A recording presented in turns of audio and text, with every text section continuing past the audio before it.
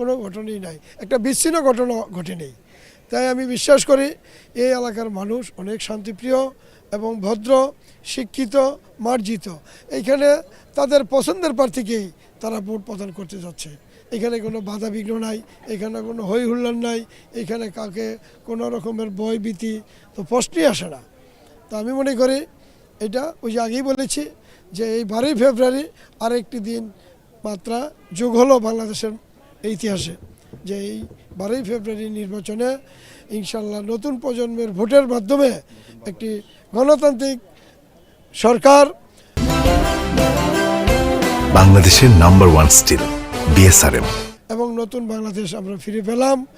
আপনারা জানেন এই দেশে 71 সালে স্বাধীনতার যুদ্ধের ইতিহাস, 90-এর স্বৈরাচার গণ অভ্যুত্থান, এই 24-এর আরেকটি গণ অভ্যুত্থানের পরে, এই 24-এর পরে 5ই আগস্টের পরে এই যে প্রায় দীর্ঘদিন পরে আজকে নির্বাচন 12ই ফেব্রুয়ারি, এটা আমাদের জন্য অত্যন্ত একটি গুরুত্বপূর্ণ দিন।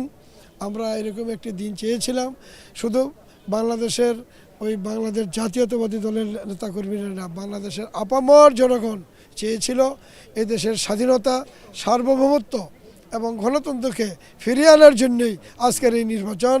এবং এই নির্বাচনকে কেন্দ্র করে আগামী দিনের ইনশাল্লাহ অর্থনীতিতে সমৃদ্ধিশালী হবে, সেটা আমাদের জনাব তারেক রহমানের নেতৃত্বে এই দেশের সরকার গঠন হবে, এই দেশ পরিচালনা হবে আমাদের নেতা জনাব তারেক রহমান ইনশাল্লাহ।